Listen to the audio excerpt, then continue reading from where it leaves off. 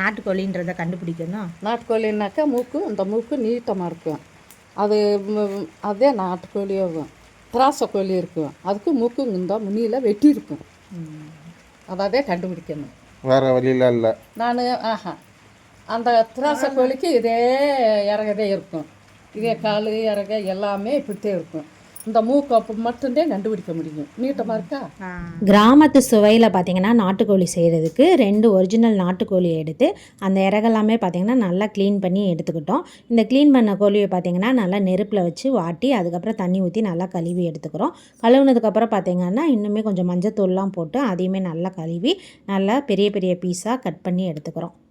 நாட்டுக்கோழியை பார்த்திங்கன்னா வீட்டிலே க்ளீன் பண்ணி கட் பண்ண தெரியாதவங்க கோழி கடையில் கொடுத்திங்கன்னா அவங்களே வந்து கட் பண்ணி க்ளீன் பண்ணி கொடுத்துருவாங்க. க்ளீன் பண்ணி கட் பண்ணி எடுத்ததுக்கப்புறம் வந்துட்டு இது 1.25 கிலோ தான் வரும்.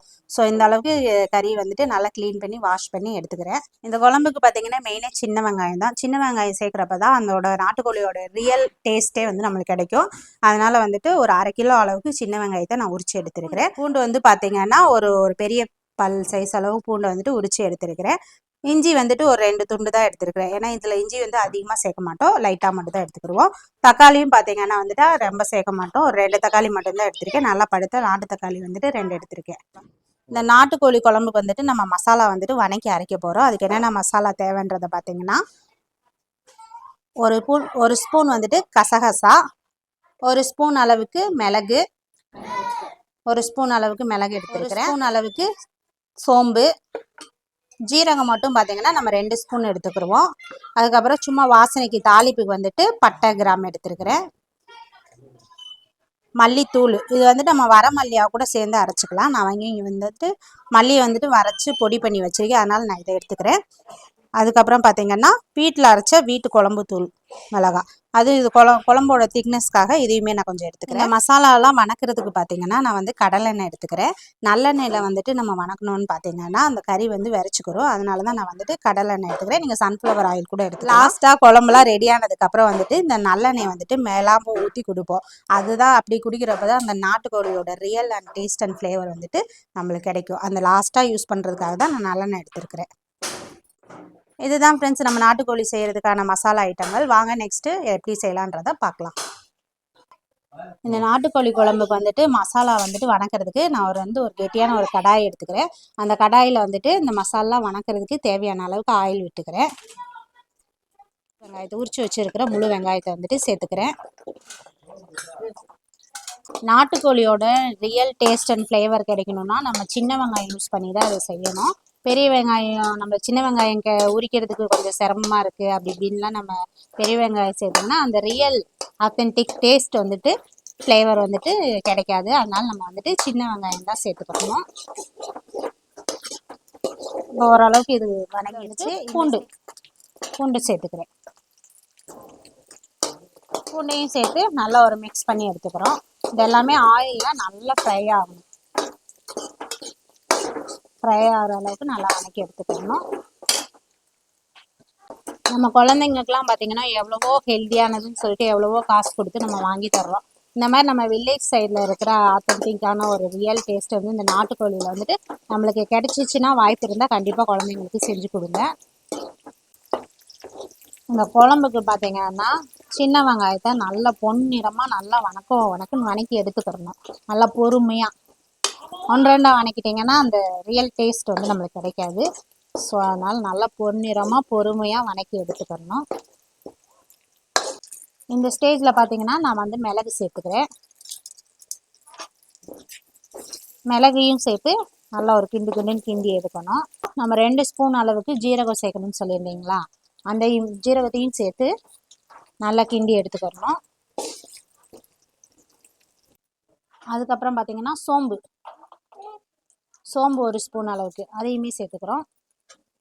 சேர்த்து அதையுமே நல்லா ஒரு மிக்ஸ் கொடுத்து கிண்டி எடுத்துக்கிறோம். இப்போ வந்து கசகசாவும் சேர்த்து நல்லா வணக்கி எடுத்துக்கிறோம். இதெல்லாம் வணக்கிறப்பே பார்த்தீங்கன்னா நம்ம வீடே கமகமகமன் நாட்டுக்கோழி ஸ்மெல் வந்து ஸ்ப்ரெட் ஆக ஆரம்பிச்சிருக்கும். ஆயிலில் வந்து பார்த்தீங்கன்னா நம்ம போட்ட கசகசா, சோம்பு, ஜீரகம், பூண்டு, சின்ன வெங்காயம் இதெல்லாமே கொஞ்சம் ஓரளவு நல்லா ஃபைன் ஃபைனாக கொஞ்சம் ஃப்ரை ஆகணும், ரொம்ப டீப் ஃப்ரை பண்ணிடக்கூடாது. ஓரளவுக்கு நல்லா ஃப்ரை ஆனதுக்கப்புறம் வந்து பார்த்திங்கன்னா இந்த ஸ்டேஜ் வரணும். இந்த ஸ்டேஜ் பார்த்தீங்கன்னா வணக்கணுங்கன்னா இந்த ஸ்டேஜ் வரணும். இந்த ஸ்டேஜில் தான் நம்ம வந்துட்டு தக்காளியும் கொஞ்சமாக ஒரு துண்டு இஞ்சியும் சேர்த்துக்கிறோம். இதையுமே சேர்த்து நல்லா வணக்கி எடுத்துக்கிறோம். நாட்டுக்கோழி குழம்புக்கு பார்த்தீங்கன்னா எஸ்பெஷலி நிறைய வந்துட்டு தக்காளி சேர்க்க மாட்டாங்க. ஜஸ்ட் ஒரு 1, 2 இதை இந்த அளவுக்கு தான் சேர்ப்பாங்க. நம்ம வந்துட்டு 2 சேர்த்துக்கிட்டோம். நம்ம 2 கோழி வந்துட்டு ஒவ்வொரு கிலோன்றதுனால ஜஸ்ட் ஒரு கோழிக்கு 1 கிலோ, 1 கிலோவுக்கு ஒரு தக்காளின்ற விதத்தில் நம்ம 2 தக்காளி மட்டும்தான் சேர்த்துக்கிறோம். தக்காளி அதிகமாக போட்டிங்கன்னா குழம்பு நல்லா மலுமலுன்னு ஒரு மாதிரி ஆயிடும். அதனால வந்துட்டு தக்காளியோட அளவை வந்துட்டு குவான்டிட்டியை வந்துட்டு கம்மி பண்ணி தரணும். இந்த மாதிரி நம்ம வந்துட்டு ரியலாக மசாலா வந்துட்டு அரைச்சி வைக்கிறப்ப தான் அந்த குழம்போட திக்னஸும் சரி, அதோட ஃப்ளேவரும் சரி, டேஸ்ட்டும் சரி ரொம்ப நல்லாயிருக்கும். எங்கள் ஊர் சைட்லலாம் பார்த்தீங்கன்னா ஏதாவது குழந்தைங்களுக்கு குழந்தை பிறந்துச்சுன்னா அந்த தாய் மாமா இல்லைன்னா அம்மா வீட்டு சைட்லாம் பார்த்தீங்கன்னா இந்த மாதிரி நாட்டுக்கோழி பிடிச்சிட்டு போய் கொடுக்குறதுன்றது ஒரு முறையே இருக்குது. தாய் மாமா ஒரு பாட்டில் கூட வரும், பார்த்துருக்கீங்களா? தாய் மாமன் சீர் சுமந்து வராண்டி அந்த பாட்டில் பார்த்தீங்கன்னா இந்த மாதிரி நாட்டுக்கோழியெல்லாம் பிடிச்சிட்டே கொண்டு வருவாங்க. இந்த ஸ்டேஜ் வர்ற அளவுக்கு நம்ம வந்துட்டு வணக்கி எடுத்துக்கிட்டோம். நல்லா பார்த்தீங்கன்னா வணங்கிருச்சு. தக்காளி பார்த்தீங்கன்னா 1, 2 தான் வணக்கணும், ரொம்ப ஃபைன் பேஸ்ட் ஆகிடக்கூடாது. ஸோ இந்த அளவுக்கு வணக்கி எடுத்துக்கிறணும். இப்போ நம்ம வந்துட்டு ஸ்டவ் ஆஃப் பண்ணிடலாம். இப்போ வந்துட்டு நம்ம அம்மியில் வந்துட்டு மசாலா அரைக்க போகிறோம். இதில் வந்துட்டு நான் ஆல்ரெடி வந்துட்டு தூள் பண்ணி வச்சுருக்கேன் இந்த மல்லித்தூள் ஒரு 50 கிராம் அளவுக்கு அதை எடுத்துக்கிறேன். லைட்டாக வந்துட்டு தண்ணி கொஞ்சம் தெளிச்சுக்கிறோம். இந்த மல்லித்தூள் வந்துட்டு நான் அரைக்கிறப்ப என்னென்ன மிக்ஸ் பண்ணியிருக்கேன்னா ஒரு 1/2 ஸ்பூன் கொஞ்சமாக துவரம்பருப்பும் கடலப்பருப்பும் சேர்ந்து தான் அந்த மல்லித்தூளை வந்துட்டு நான் பவுடர் பண்ணி வச்சுருக்கிறேன். அந்த மல்லித்தூளை வந்துட்டு ஆல்ரெடி பவுடராக தான் இருக்குது, இருந்தாலும் இன்னும் ஃபைன் பேஸ்ட்டாக அரைக்கிறதுக்காக அம்மியில் இதை நல்லா வந்துட்டு நல்ல ஒரு ஃபைன் பேஸ்ட் ஆகிற அளவுக்கு நம்ம அரைச்சி எடுத்துக்கிறோம். இந்த மாதிரி பார்த்திங்கன்னா இந்த ஸ்டேஜ் வர்ற அளவுக்கு நல்லா வந்துட்டு மையாக அரைச்சி எடுத்துக்கிறணும். அம்மியில் தான் அரைக்கணுன்றது இல்லை, மிக்சியில் கூட அரைக்கலாம். ஆனால் நான் ஒரு ரியல் டேஸ்ட் வரணும், நாட்டுக்கோழியோட டேஸ்ட் வரணுன்றதுக்காண்டி தான் நான் அம்மி யூஸ் பண்ணி அரைச்சிருக்கிறேன். இப்போ பார்த்தீங்கன்னா நல்லா அரைச்சாச்சு. இப்போ வந்து எடுக்க போகிறோம். இப்போ நம்ம வணக்கி வச்ச சின்ன வெங்காயம், பூண்டு, இஞ்சி, தக்காளி, அப்புறம் சோம்பு, ஜீரகம், மிளகு இதெல்லாம் பார்த்திங்கன்னா நல்லா ஃபைன் பேஸ்ட் ஆகிற வரைக்கும் அம்மியில் போட்டு நல்லா அரைச்சி எடுத்துக்கிறோம். இன்கேஸ் வந்துட்டு பார்த்திங்கன்னா ஆட்டாங்கல் இருந்தால் அதில் கூட போட்டு நல்லா ஆட்டி எடுத்துக்கலாம். எதுவுமே இந்த ஃபெசிலிட்டிலாம் இல்லாதவங்க மிக்சியில் கூட போட்டு நல்லாவே அரைச்சி எடுத்துக்கலாம். இப்போ தக்காளி மட்டும் வந்துட்டு நம்ம லாஸ்ட்டாக தான் வச்சு அரைக்கிறோம். ஏன்னா தக்காளியில் நல்லா ஜூஸியாக இருக்குன்றதுனால அது வெளியில் போயிடுன்றதுக்காண்டி தக்காளி வந்து லாஸ்ட்டாக வச்சு நல்லா மசியல் மாதிரி மசிச்சு எடுத்துக்கிறோம். தக்காளி வந்துட்டு 1, 2 வந்துட்டு மசிச்சு எடுத்துட்டு இப்போ வலிச்சு எடுக்கிறோம்.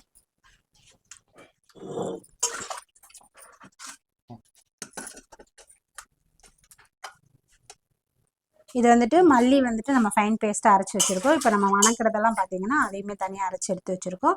அடுத்து வந்து பார்த்திங்கன்னா தேங்காய் வந்துட்டு அரைச்சி எடுத்துக்கிற போகிறோம். தேங்காய் வந்துட்டு நம்ம ஒரு தேங்காயில் ஒரு அளவான தேங்காயில் வந்துட்டு 1/2 மூடி வந்துட்டு எடுத்துக்கிறோம். அந்த தேங்காவையும் நல்லா அரைச்சி எடுத்துக்கிற போகிறோம். தேங்காய் வந்துட்டு அம்மியில் வச்சுட்டு உடனே வந்துட்டு அரைக்க முடியாது, அதனால அம்மி வச்சு ஃபஸ்ட்டு நச்சு நச்சுன்னு தட்டி எடுத்துக்கிறோம். தட்டி எடுத்ததுக்கப்புறம் தான் அதை அரைக்க முடியும். வந்துட்டு தேங்காய் வந்து இந்த ஸ்டேஜ் ஆகிற அளவுக்கு நமக்கு அரைச்சி எடுத்துக்கணும். இப்போ வந்து தேங்காய் அரைச்சிருச்சு, இப்போ எடுக்க போகிறோம்.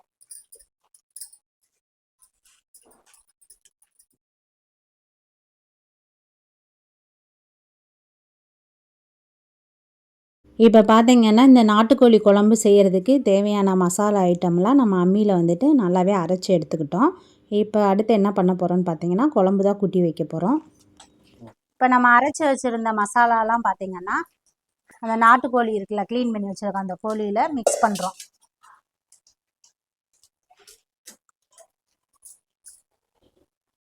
இப்போ பார்த்திங்கன்னா நம்ம வீட்டில் அரைச்சி வச்ச மசாலாவை தான் சேர்த்துக்கிறோம்.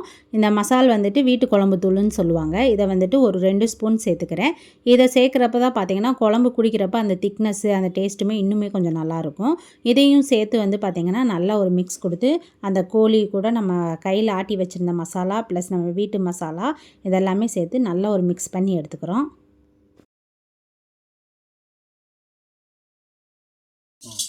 இப்போ வந்துட்டு நாட்டுக்கோழி குழம்பு செய்கிறதுக்காக நான் ஒரு பெரிய பாத்திரம் எடுத்திருக்கேன். ஏன் இந்த அளவுக்கு பெருசாக எடுத்திருக்கேன்னு பார்த்தீங்கன்னா, நான் வந்துட்டு இந்த சாறு அதை எடுத்து தான் வந்துட்டு குடிக்க போகிறோம். அதனால தான் நான் பெரிய பாத்திரமாக எடுத்திருக்கிறேன். இப்போ இந்த குழம்புக்கான தாளிப்பு வந்துட்டு ரெடி பண்ண போகிறோம். அதுக்கு அந்த கடாய் வந்துட்டு நல்லா சூடானது பிறகு பார்த்தீங்கன்னா ஆயில் சேர்த்துக்கிறேன். ஆயில் ரொம்ப சேர்க்க வேண்டாம், லைட்டாக சேர்த்தா போதும். இந்த அளவுக்கு சேர்த்தாச்சு. இப்போ கடுகு உளுந்து போட போகிறோம். இப்போ ஆயில் பார்த்தீங்கன்னா நல்லா ஹீட் ஆயிடுச்சு. இந்த ஸ்டேஜில் வந்துட்டு சும்மா தாளிப்புக்கு ஏற்ற மாதிரி கடுகு உளுந்து ஒரு ஸ்பூன் அளவுக்கு போட்டுக்கிறோம். ஸ்டேஜில் வந்து பார்த்திங்கன்னா கொஞ்சமாக சின்ன வெங்காயம் தாளிப்புக்கு ஏற்ற அளவுக்கு சேர்த்துக்கிறோம்.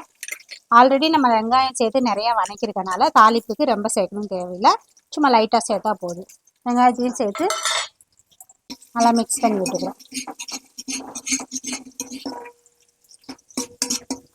இந்த கடுகு ஆயிலில் வந்துட்டு இந்த கடுகு உளுந்து ப்ளஸ் இந்த வெங்காயம்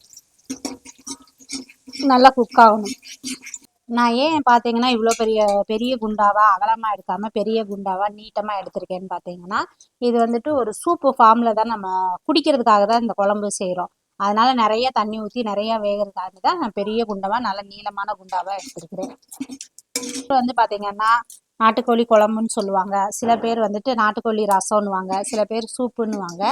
ஆனால் எதுவாக எந்த ஃபார்மாக இருந்தாலும் நம்ம குடிக்க தான் போகிறோம். அதனால தான் நிறைய குழம்பு தேவைன்றதுனால நான் பெரிய பாத்திரமாக எடுத்துருக்கிறேன். இப்போ ஆயிலில் வந்து பார்த்திங்கன்னா ஆனியன் நல்லாவே ஃப்ரை ஆயிடுச்சு. இந்த ஸ்டேஜில் நம்ம கருவேப்பிலை சேர்த்துக்கிறோம். நல்லா ஃப்ரெஷ்ஷான ஒரு கொத்து கருவேப்பிலையை வந்துட்டு சேர்த்துக்கிறோம். கருவேப்பிலையும் சேர்த்து நல்லா கொஞ்சம் ஃப்ரை ஆனதுக்கப்புறம் குழம்போட ஃப்ளேவருக்காக வந்து பார்த்திங்கன்னா சும்மா ஒரு 3 துண்டு பட்டை, ஒரே ஒரு இந்த அன்னாசி பூவு, 2 கிராம்பு, இவ்வளோதான் ஃப்ரெண்ட்ஸ் சேர்க்குறோம். எண்ணெயில் பார்த்தீங்கன்னா கடுகு உளுந்து சின்ன வெங்காயம் அப்புறம் வாசனைக்காக நம்ம போட்ட மசாலா ஐட்டம் எல்லாமே நல்லாவே ஃப்ரை ஆகிடுச்சு. நல்லா ஃப்ரை ஆனதுக்கப்புறம் நம்ம வந்துட்டு நாட்டுக்கோழி கூட நம்ம வீட்டு குழம்பு தூள் ப்ளஸ் வந்துட்டு நம்ம கையால் அரைச்சி வச்ச மசாலா எல்லாமே மிக்ஸ் பண்ணி வச்சுருந்தோம்ல, அதெல்லாம் இது கூட சேர்க்குறோம். இதெல்லாம் நல்லாவே சேர்த்து நல்லா ஒரு மிக்ஸ் பண்ணி எடுத்துக்கிறோம். இப்போ நம்ம இந்த குழம்புக்கு எவ்வளோ தண்ணி தேவையோ அந்த அளவுக்கு தண்ணி சேர்த்துக்கிறோம். தண்ணி சேர்த்துக்கிறோம். நம்ம சூப்பு பாவமில் குடிக்கிறதுக்குனால நல்லா தாராளமே தண்ணி சேர்க்குறோம். நாட்டுக்கோழி வந்துட்டு கொஞ்சம் குக் ஆகிறதுக்கு டைம் எடுக்கும். அதனால் அந்த அளவுக்கு இது ஏற்ற மாதிரி தண்ணியும் ப்ளஸ் நம்ம நல்லா குடிக்கிறதுக்காக குழம்பு செய்கிறதுனால அதுக்கும் சேர்த்து தண்ணி எல்லாமே சேர்ந்து தாராளமாக தண்ணி சேர்த்துக்கிறோம். இப்போ தேவையான தண்ணி எல்லாமே ஊற்றிட்டோம். இப்போ ஃபைனலாக அந்த குழம்புக்கு தேவையான அளவுக்கு கல் உப்பு சேர்த்துக்கிறேன். இப்போ பத்தலைன்னா ஃபைனலாக நம்ம கொஞ்சம் சேர்த்துக்கலாம். கறி பார்த்திங்கன்னா நல்லா சாஃப்டாக குக் ஆகிற அளவுக்கு நல்லா வேக வச்சு எடுத்துக்கிறணும். அப்போ அந்த அந்த எலும்பில் இருக்க எசன்ஸு அந்த கறியில் இருக்க எசன்ஸ்லாம் இன்னுமே அது நல்லா ஃபில்டர் ஆகி அதை குடிக்கிறப்ப இன்னுமே டேஸ்ட்டாக இருக்கும். அந்த அளவுக்கு பார்த்திங்கன்னா நல்லா குக் பண்ணி எடுத்துக்கிறணும். வந்துட்டு நாட்டுக்கோழி குழம்பு வந்துட்டு நல்லா வெந்துட்டுருக்குது. இப்போ பாருங்கள், இன்னுமே கறி வேகலை, அதனால் இன்னுமே நல்லா கொஞ்சம் வேகணும். பார்த்திங்கன்னா எண்ணெய் பார்த்திங்கன்னா நல்லா பிரிஞ்சு வந்திருக்குது. கறி வந்துட்டு வெந்துருச்சான்னு செக் பண்ணுறோம். குழம்பு வந்து பார்த்திங்கன்னா நல்லா தளன்னு கொதிச்சிட்ருக்கு நாட்டுக்கோழி குழம்பு. இப்போ வந்துட்டு கறி வெந்துருச்சான்னு செக் பண்ணுறோம். இந்த கறி வந்துட்டு கொஞ்சம் வேகிறதுக்கு டைம் எடுக்கும். தண்ணி தொட்டு செக் பண்ணுறோம். பாருங்கள், தொட்டோன்னே கொஞ்சம் வருது, இருந்தாலும் இன்னும் கொஞ்சமே வேகணும். அதனால் இன்னும் கொஞ்சம் நேரம் வேக விடுறோம். இதோட மித்தபடி உப்பு புளிப்பு காரம் எல்லாமே கரெக்டாக இருக்கான்னு செக் பண்ணலாம்.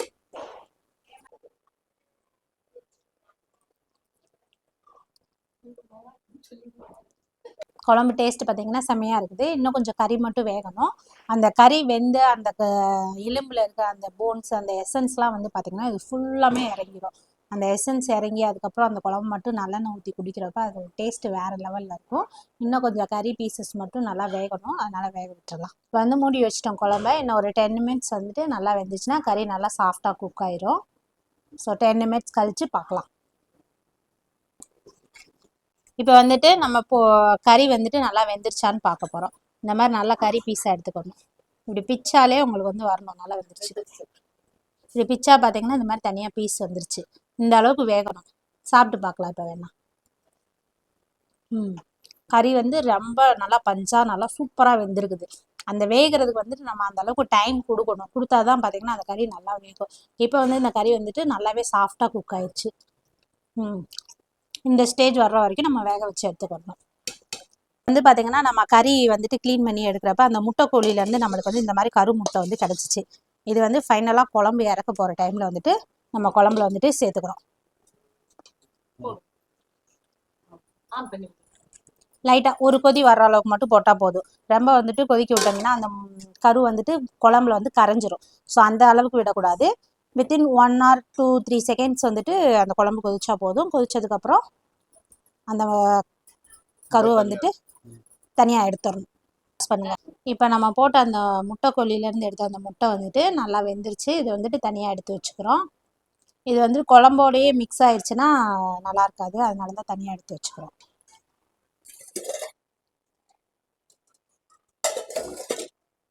இப்போ வந்து பார்த்திங்கன்னா கறி எல்லாமே சேர்ந்து நல்லாவே மிக்ஸ் ஆகி நல்லா குழம்பும் நம்மளுக்கு கிடச்சிருச்சு. நல்லா குடிக்கிற பக்கத்தில் குழம்பு வந்துட்டு ரெடி ஆயிடுச்சு. கறியும் மட்டும் பார்த்திங்கன்னா நல்லா பஞ்சு போல் வெந்துருச்சு. இந்த ஸ்டேஜில் வந்துட்டு நம்ம ஸ்டவ் ஆஃப் பண்ணிடணும்.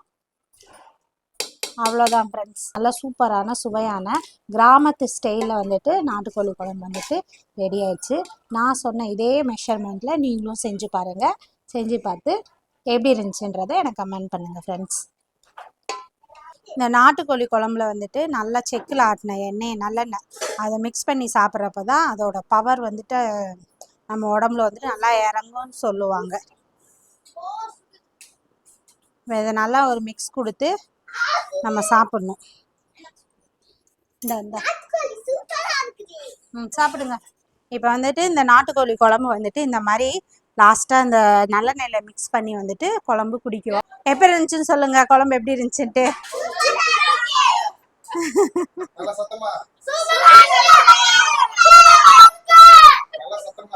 வீடியோ உங்களுக்கு பிடிச்சிருந்தா எங்கள் சேனலை சப்ஸ்கிரைப் பண்ணுங்கள். இன்னும் உங்கள் ஃப்ரெண்ட்ஸ் அண்ட் ஃபேமிலிக்கு ஷேர் பண்ணுங்கள்.